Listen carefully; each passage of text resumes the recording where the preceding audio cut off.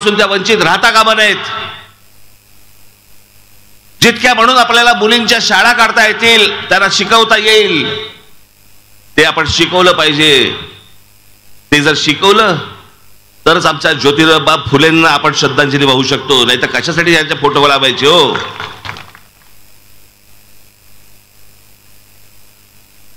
आज माझ्या ग्रामीण महाराष्ट्रामधला तरुण तरुणी शहराकडे येत आहेत शेती सोडून.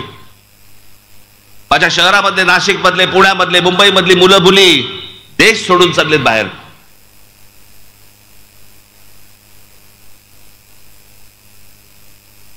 हे काही चांगलं वातावरण नाहीये.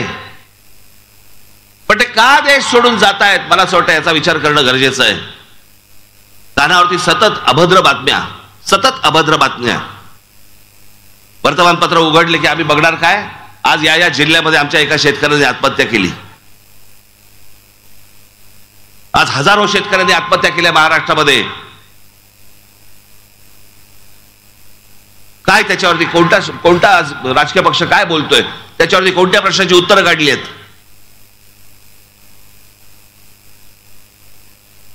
काही किंमत, माणसाची नावाची काही किंमतच नाही. कोण शेतकरी आत्महत्या करतायत, कितवा गेला, इतका गेला, बरं ठीक आहे आज इतका गेला. काही आमच्या शेतकऱ्यांबद्दल देणं घेणं नाही, आमच्या कामगारांबद्दल देणं घेणं नाही, आमच्या तरुणांबद्दल काही देणं घेणं नाही, तरुणींबद्दल देणं घेणं नाही, आमच्या महिलांबद्दल देणं घेणं नाही. फक्त स्वतःच्या स्वार्थासाठी, स्वतःच्या खुर्चीसाठी, स्वतःच्या पैशासाठी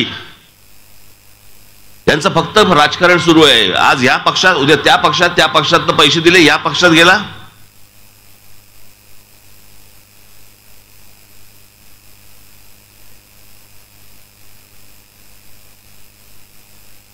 हे सगळं राजकारण, ह्या निवडणुका. बस रे खाली बस. काय स्टॅच्यू ऑफ लिबर्टी आहेस काय? बस खाली ठेवते, आता नंतर करते उद्योग.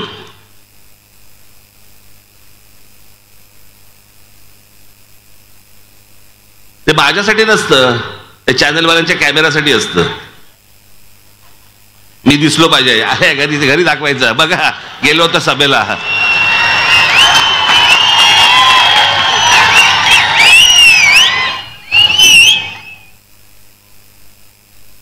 साधी गोष्ट, तर एवढा लांबून काय वाचू शकतो का मी?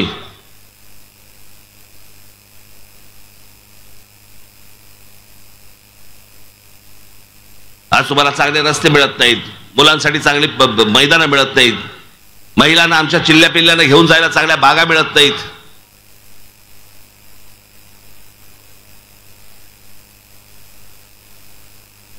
रस्त्याने गाडी चालवायला ट्रॅफिक जाम, फुटपाथने काही नाही, सगळे फेरीवाले बसले आहेत. बाकी या सगळ्या तुमचे ज्या व्यथा आहेत ना, या ज्या सगळ्या तुमचे जे त्रास आहेत ना, या त्रासाकडे तुमचं लक्ष जाऊ नये याच्यासाठी म्हणून या राजकारण्यांनी एक उपाय शोधलाय. मी काय बोलतोय हे गांभीर्याने नीट विचार करा, घरी गेल्यानंतर पण विचार करा या गोष्टींचा. हे जी शहरं सगळी बकाल झालेली आहेत ना,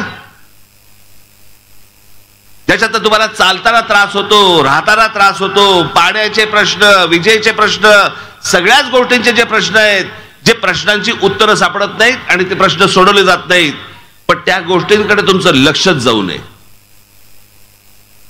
या सगळ्या राजकारण्यांनी व्यवस्थित सोय करून ठेवली आहे ती. आणि आमच्याकडच्या महाराष्ट्रामधले अनेक लोक त्या सगळ्या गोष्टींना, ती जी भुरळ घातलेली आहे त्याला बळी पडतायत.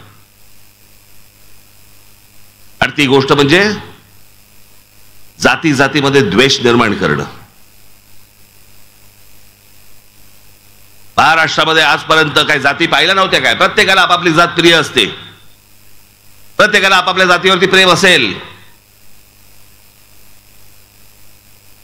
पण 1999 साली शरद पवारांच्या राष्ट्रवादी काँग्रेसचा जन्म झाल्यानंतर या महाराष्ट्रामध्ये जाती जातीचं स्वतःबद्दलचं प्रेम सोडून द्या, दुसऱ्या जातीबद्दलचा द्वेष निर्माण करायला सुरुवात केली. तू कोण आहे मराठा, तू कोण आहे ब्राह्मण, तू कोण आहे माळी.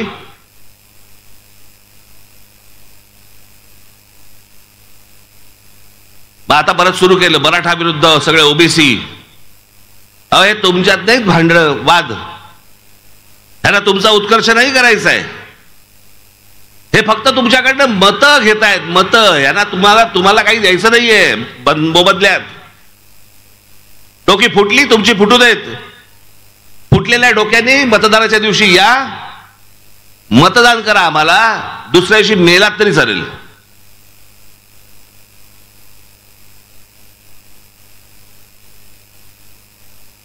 हा जो सगळा संघर्ष सुरू केलाय ना या लोकांनी, इतका घाणेरडा ह्यांचा जे ह्याचे स्वार्थ निघतील, पण ही जखम लवकर बरी होणारी नाही.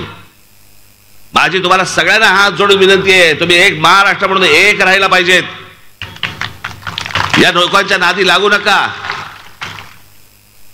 माझ्यासाठी जशी माळी ही जात जशी प्रिय आहे, तशी मराठा माझ्यासाठी प्रिय आहे, तशी ब्राह्मण प्रिय आहे, तशीच माझी आगरी प्रिय आहे, माझी सगळ्या जाती माझ्यासाठी प्रिय आहेत. एकमेकांमध्ये मतभेद निर्माण करणं आणि द्वेष निर्माण करणं माझ्या मनात पण कधी येत नाही. या लोकांच्या येतं कसं मनात?